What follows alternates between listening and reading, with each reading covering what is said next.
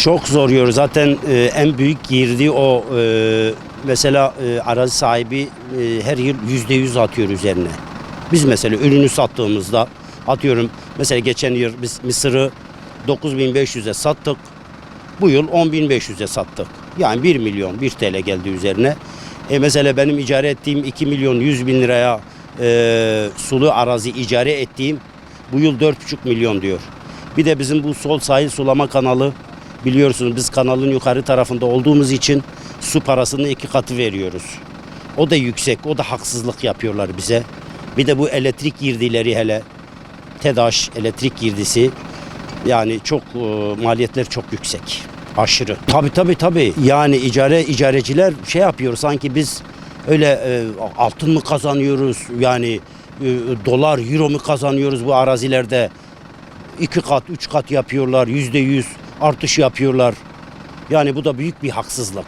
Ona da bir çözüm getirmek lazım. Tabii mesela atıyorum ben 500 dönüm atıyorum tek parçam 500 dönüm. Adamın 50 dönümü var benim 500 dönümün içerisinde. Adam diyor ki şu kadar vermesen diyor ben arazimi sana vermem. Yani bir nebze beni mecbur ediyor ona.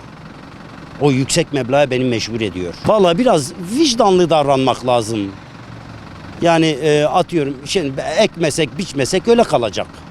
Yani çiftçi de ekip biçiyor, para koyuyor, mazot koyuyor, ne bileyim yoruluyor sen halimizi görüyorsun. Tabii canım risk var mesela kuraklık. Atıyorum işte yağmur yağmasa kökten gitti. Yani büyük çiftçinin zararı da çok büyük olur. Çok büyük olur. Bakma evet ayaktayız. Çabalıyoruz, idare ediyoruz. Ha bu yıl, ha öbür yıl, ha belki daha iyi olur. Önümüzdeki yılı bekleyelim. Ya bu gidişle durum hiç iyi değil. Yani herkesin duyarlı olması lazım. İcarecinin de ne bileyim bu yakıt meselesi, gübre, tohum, ilaç alınmıyor. Sanayiye giremiyorsun. Allah yardımcımız. Çok zordur. Vallahi yani nasıl söyleyeyim? Yani hem devlet tarafından bir destek bekliyoruz. Yani bir şey yapması lazım. Yani yapmasa çiftçi bırakıp gider yani. Çok zor. Ya malumunuz son dönemlerde icare fiyatları alıp başını götürdü. İnanılmaz derecede yüksek meblağda araziler veriliyor. Bu çiftçi için çok zor bir olay ama çiftçi mecburdur icare etmeye. Çünkü ekipmanlarını almış, traktörünü almış, pulluğunu, mimzerini, her şeyini almış. Şimdi bazen ürünler yerinde sayıyor. Mesela para etmediği zaman adamlar diyor ki özellikle arazi sahipleri ya beni ilgilendirmiyor diyor. Tabii bunu ben söylediğim zaman benim arazi sahipleri çiftçi dostlarım çok. Bunu işte Faysal Bey niye böyle söylüyorsun? Tabii kızarlar. Ama kızabilirler. Çünkü hakikaten doğru neyse onu söylemeye çalışacağız Muharrem Bey. Sadece icare değil yani icareler zaten aldı başını götürdü. Onun ötesinde mozot 60 liraya dayandı litresi ki oldu zaten. Şimdi gübreye gelince %50-60'ın üstünde bu sene. Özellikle 2025'in son dönemi.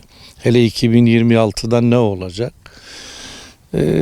O da aldı başını götürdü. Bir 18-46 dediğimiz DAP gübre şu an 34-35 bin lira.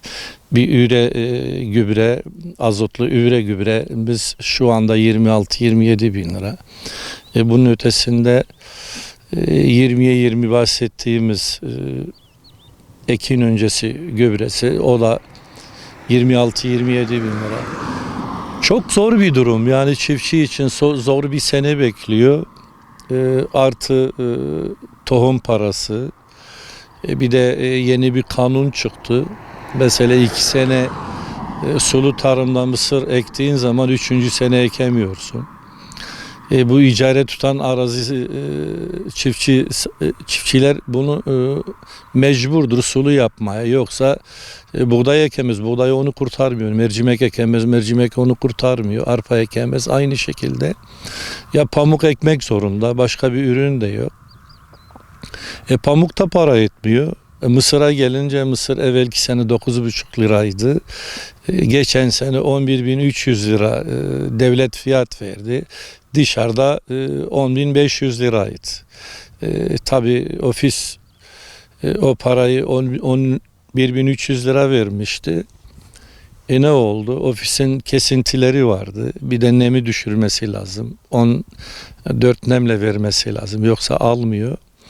Yani açıkçası sadece ben buraya icareyi konuşmak istemiyorum. Girdilerin hepsi yüksek Muharrem Bey. Tabii ki icare etkiliyor. Atıyorum 6-7 liradan bahsediyorlar bazı yerlerde. Bu ne? Bu sefer kötü çiftçi, kötü arazi sahipleri de ne diyor? Ben işte filan yerde şu kadar paraya veriliyor. Ben niye bu parayı alamıyorum? Sen arazin güzel değil ki, sen arazin taban değil ki. Onlar atıyorum mısır yapıyorlar, 1600-1700 kilo ürün alıyorlar. Ben atıyorum burada vallahi ben daha 1.300'ü geçmedim. 1.300'ü geçmedim. Çünkü benim arazim taban arazi değil, meyilli arazidir. Onun için çok zor. Yani sadece bunu icareyle de bağlamak değil. Tabii ki icareleri yüksek. Tabii ki başta icare. Ya şimdi para yatırıyorsun 9. ayın sonunda, 10. ayda bu parayı yatırıyorsun. Gelecek sene 10. ayda bu parayı alıyorsun. Ya desteklemelerden şu şekilde. Bazı arazi sahipleri işte beni yanlış anlamasınlar. Yok mazot gübre benim. Oysa her şey çiftçinindir. Çiftçinin hakkıdır. Kim ne ekerse onun hakkıdır. Yani zaten şeye baktığın zaman icare paranı sen peşine alıyorsun. Bırak da birkaç kuruş desteklemelerden faydalansın. Sağ olsun benim arazi sahiplerim o konuda zariftir. Yani bize o toleransı tanıyorlar. Allah razı olsun onlardan. Tabii herkes değil. Yani tabii özellikle arazi sahipleri bana kızmasın. Bak kızabilirler de yani ben açık net söylüyorum. Ya arazi sahiplerinden özellikle şu ricam var. Çiftçiyi fazla sıkmasınlar. Yani biraz şeffaf davransınlar. Çünkü arazi sahiplerinin çoğunu da tanıyoruz. Yani dostlarımızdır, arkadaşlarımızdır. Hani çiftçi biraz daha çiftçinin yükünü hafifletirlerse inan çok daha güzel olur. Ha çiftçi arkadaşlar da var. Mesela kimisi gidip başkasının arazisini tutuyor. Birbirlerine karşı ne yapıyorlar bu sefer?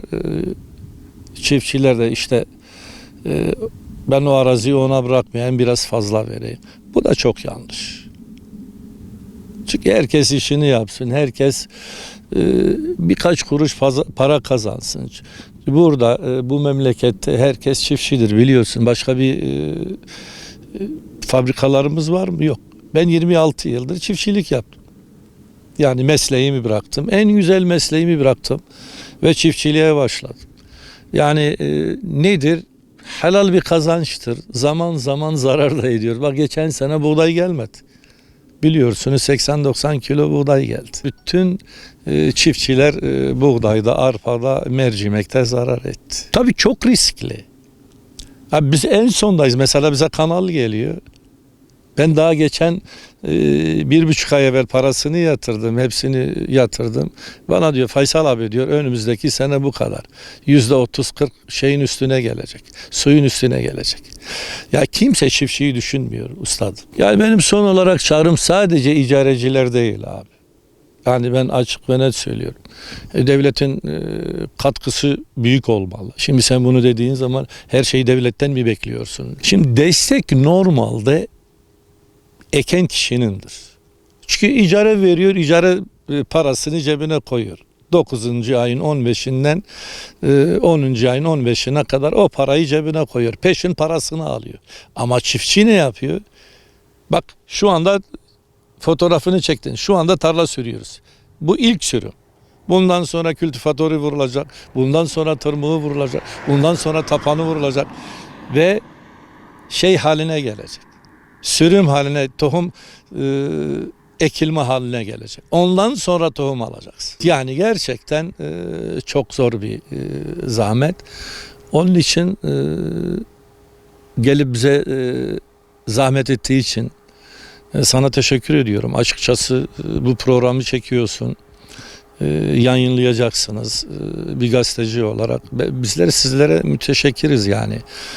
Çok güzel bir duygu. Belki çağrımıza bazı arazi sahipleri, dostlarımız kulak verecek. Ya Faysal Bey şunu söylüyor ya da Ahmet Bey şunu söylüyor. İnan ben gerçekleri söylüyorum. Çiftçinin elinde fazla bir şey kalmıyor. Yani kalan da işte siz para kazanıyorsunuz. Ya bir sene bu araziyi bekleyeceğim. Bir sene sonra ben ta cebime para girecek. Bunun işçisi var, bunun mozotu var, bunun gübresi var, bunun ilacı var, bunun tohumu var, bunun sucu parası var, bunun su parası var.